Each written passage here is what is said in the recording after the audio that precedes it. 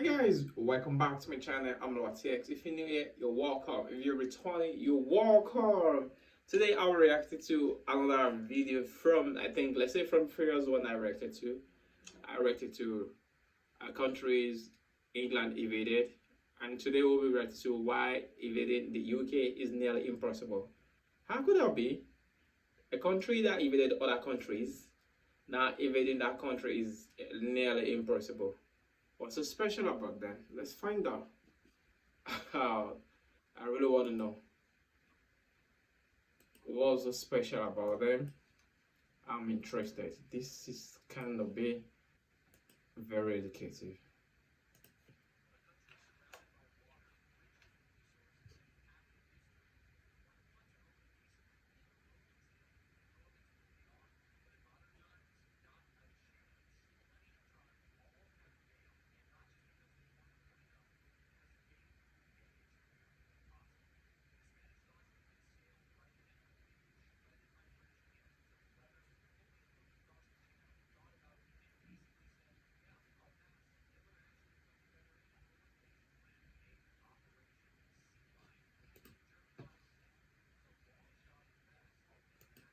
Okay, wait, like different countries want to invade the UK and their attempt failed.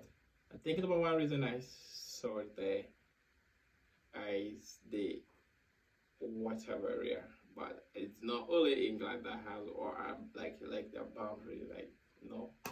That's fair enough. Okay.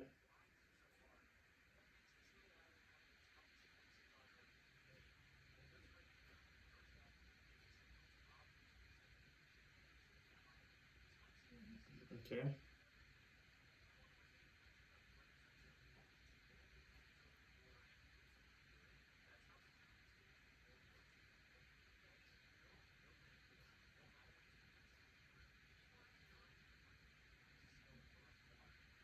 Oh, okay.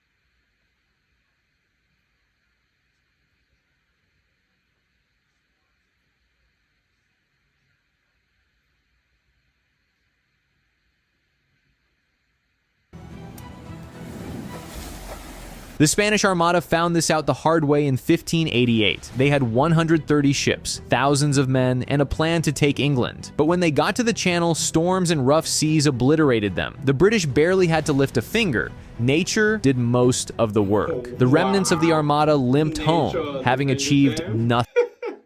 It's kind of funny saying that.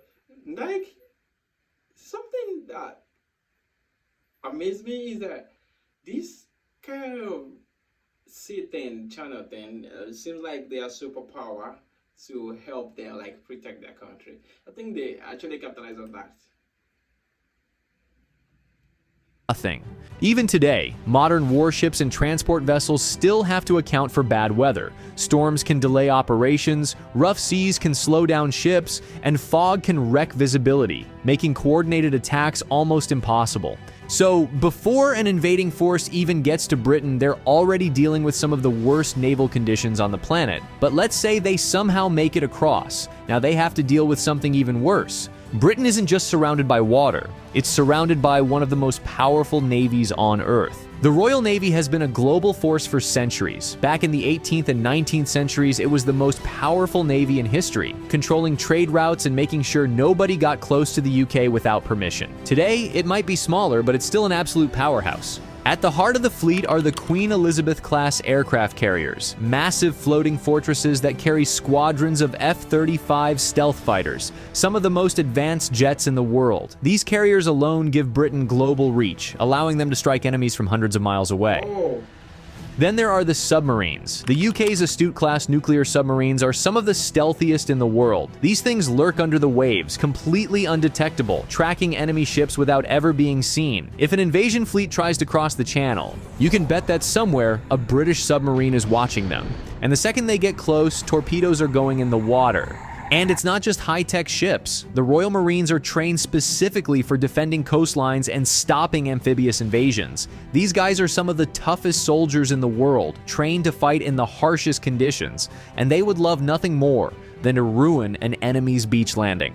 By this point, most invading forces would have taken catastrophic losses, but let's assume by some miracle an enemy fleet actually lands troops on British soil. Now what? Bad news. Just because you made it across the water doesn't mean you get to keep breathing. The Royal Air Force is next. Calling England powerhouse, I think I'm gonna agree with that because of their history and the kind of country they invaded. I think I'm gonna agree with that. But then it's so amazing that they have a lot of things to protect them. The water barrier, the high technology things they've developed, their submarine, their well-trained soldiers. But then a lot of people live their life for this. Next in line to shut down your invasion before it even gets going. The UK has Eurofighter Typhoons, which are some of the fastest, deadliest fighter jets on the planet. These things patrol the skies constantly, and the moment an enemy aircraft enters British airspace, they're getting locked onto. Then there's the Sky Sabre missile defense system, which can track and intercept enemy missiles and aircraft with pinpoint accuracy. Even long-range missile attacks are unlikely to succeed. Britain's air defense network is integrated with NATO's early warning systems, meaning the second an invasion is detected, reinforcements from France, Germany, and the United States are likely already mobilizing. At this point, an invading force has lost most of its navy, most of its aircraft, and probably half its troops. But let's say somehow a foreign army is standing on British soil. What happens next? The UK doesn't have the biggest army in the world, but what it does have is highly trained, highly professional soldiers. The paratroopers, the Royal Marines, the legendary Gurkhas, and of course the SAS, some of the most elite forces on the planet. These guys train in every kind of warfare imaginable. Jungle combat? Check. Arctic warfare? Done. Urban fighting? They love it. But even if an enemy managed to land somewhere and establish a foothold, they now have to hold it. And that's where the real problems start. The British people are not going to just roll over and accept occupation. The UK is a nation with a deep history of resistance. Even during World War II, when an invasion seemed possible, People are resistant. I think that is correct because even now, for you to get into the UK, a lot of processes involved, and so like them training their soldier is kind of like an edge to protect the country, and the jet, the submarine thing. I think they really invest in that because they actually invaded another country. I think that is expected to protect your own. Yeah. Churchill had a plan to turn Britain into a guerrilla warfare nightmare. We shall defend our island, whatever the cost may be. We shall never surrender. If it happened today, every town would become a battleground.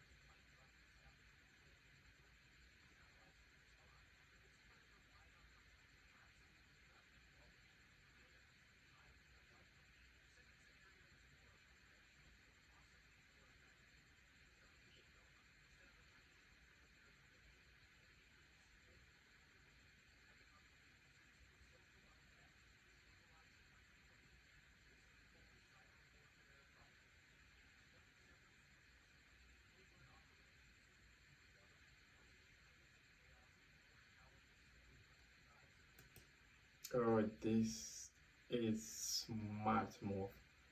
And I think this is what really happened nowadays, for real.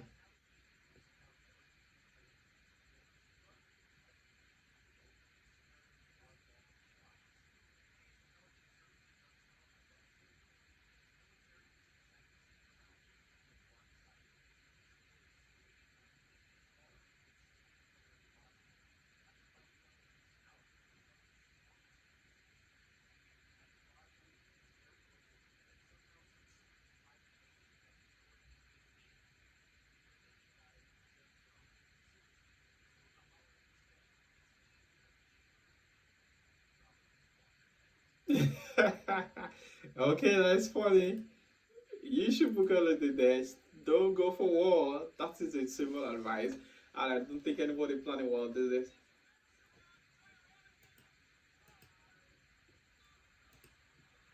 Ah, damn. I think you should book a holiday, no war. Who's gonna fight these days? I don't think everyone should be at peace now. But then it is smart of them because they invaded other countries, which I'm so sure that they'll like be like countries that want to invade them too. But then luckily for them, they have uh natural disaster. Sorry, natural weapon. Let's put it that way, like the sea, the storm, all those things like in their favor. Nice, the war that in their favor. I say water. Sorry, the water. I don't know if I say that. Okay, in their favor too. But then this is gonna be a classic story to tell. England invaded other countries, which was nearly impossible to invade. The resistance is superb. Like trying to detect attack from a long distance is a high quality provision for defense. And training their soldiers in different kind of weather is another high level of defense.